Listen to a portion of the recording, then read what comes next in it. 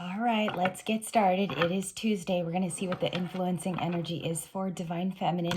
Welcome back to the channel. I'm going to talk over a raspy voice because I have a sore throat today, Libras, and I'm so sorry for the voice inflections. I will try to kind of rise above that as I do your reading. And we're getting started with Red Fairy Tarot for the messages today.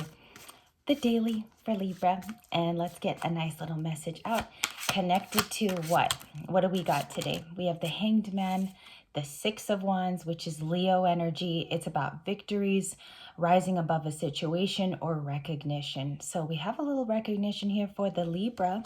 Nice job, Libras. I'm very proud of you. The Emperor, gorgeous energy. Okay, so this was in our videos yesterday. As you remember, it's someone taking control, deciding to take the best leap forward. The best leap forward is what I hear here. Got the Hanged Man, a pause for some reflection. There might need to be some reflection before a decision is made or a final call. Okay, I feel like that's emotional because Pisces is an emotional sign. This reigns in the Pisces area. It's Pisces card and the Empress. We have a divine pair right out the gate.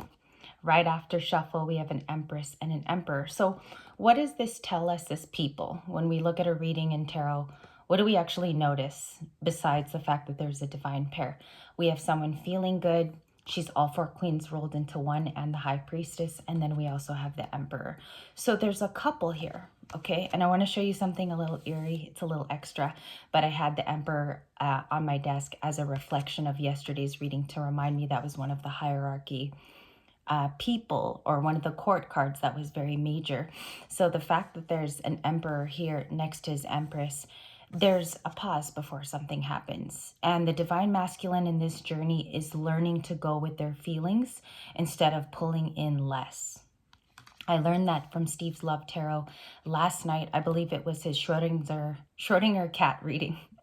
And so with that being said, or Schrodinger cat, I know I'm pronouncing it wrong, but I want to go for it again, like I want to pronounce it again, but they want victory with you. Okay, so this is the ideal. I would say this is the card of action. Let's go on with your reading. I'm just going to check the bottom of the deck. We have Justice, which is your major arcana. Ace of Swords, which talks about clarity.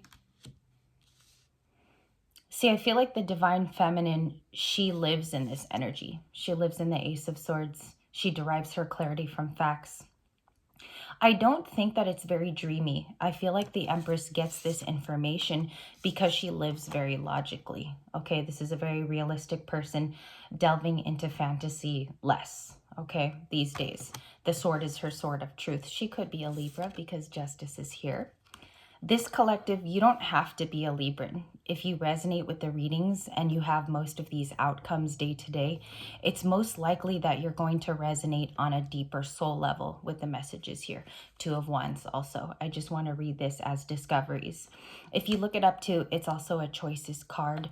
And if you really like study the artwork, if you really look at like how this person depicts it or how the artist chooses to tell the story through the card, we see here that the world is very emphasized. So she's looking at a project or she's looking at something that she can do, and it's very realistic at this time. It can be grounded. It can also be manifested. So the Two of Wands is here, Aries, Leo, Sagittarius. We got some fire signs. Leo is at the very beginning of this with victories. Let's check out what the victories means. Queen of Wands wants to pop out too. You could be looking very attractive.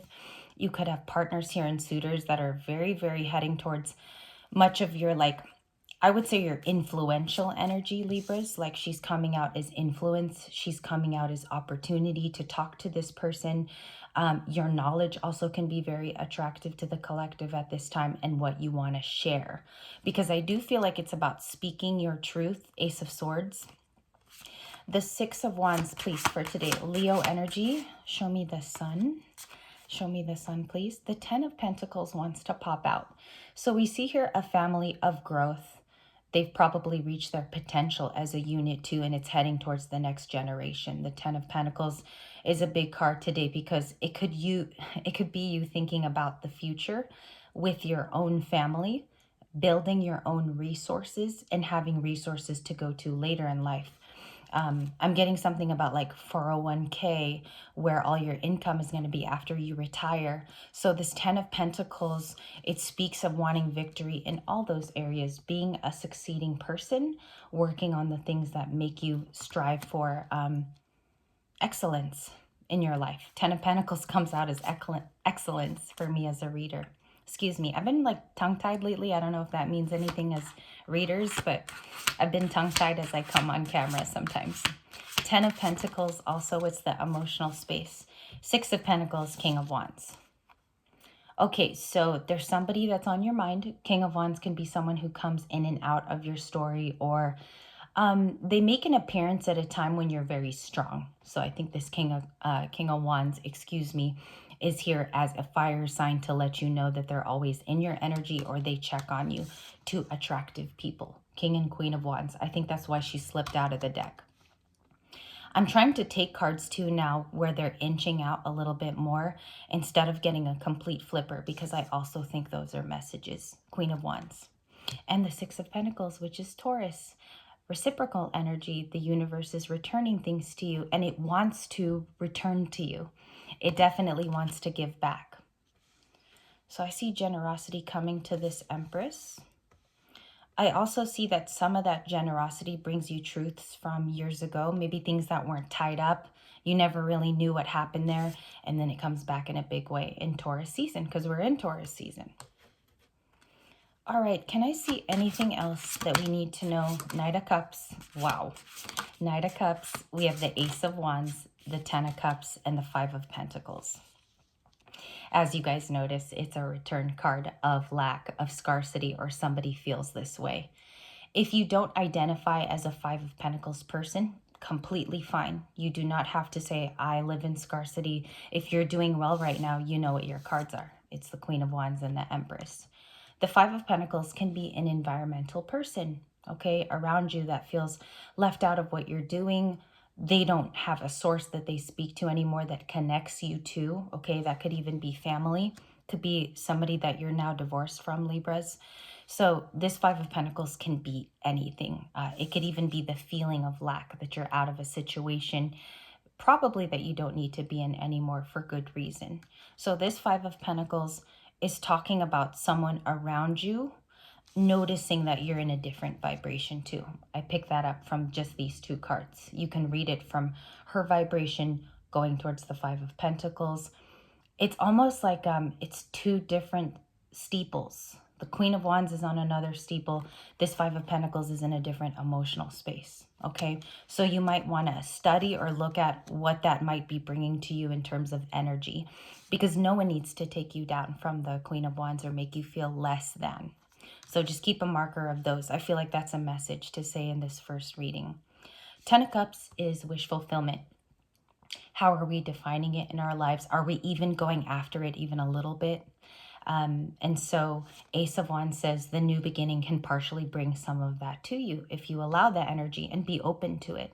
Because the Ace of Wands has a spark to it. I don't know if you guys have ever read about the card or how it truly fits into a new chapter.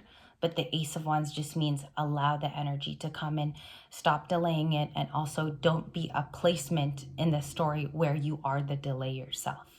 So the Ace of Wands wants to come in for you. I do want to clarify this card. I really want to look at this today because the green in the leaves is speaking to me. And also the wand itself. It's kind of like it's heading up towards the sky as usual, but this pointed end means it can only go up. There's something about that today in your reading. Okay, Knight of Cups. So there's a romantic person here. I think they too are going on a different journey other than you. They are not as ascended. I get that for the DF journey here on the channel. Empress and Queen of Wands are like really big cards to come out as attitude or how you approach the day to day, okay? And let me just find the Empress because I want to remind you in Red Fairies Tarot, it's the same person. She's literally just moved on to new heights in the Empress card. So it's like it fast forwards a couple of years. That's how I take it, at least. So let's see what the 10 of Cups is in this Knight of Cups, and then we'll wrap the first video because there's going to be a lot of messages today.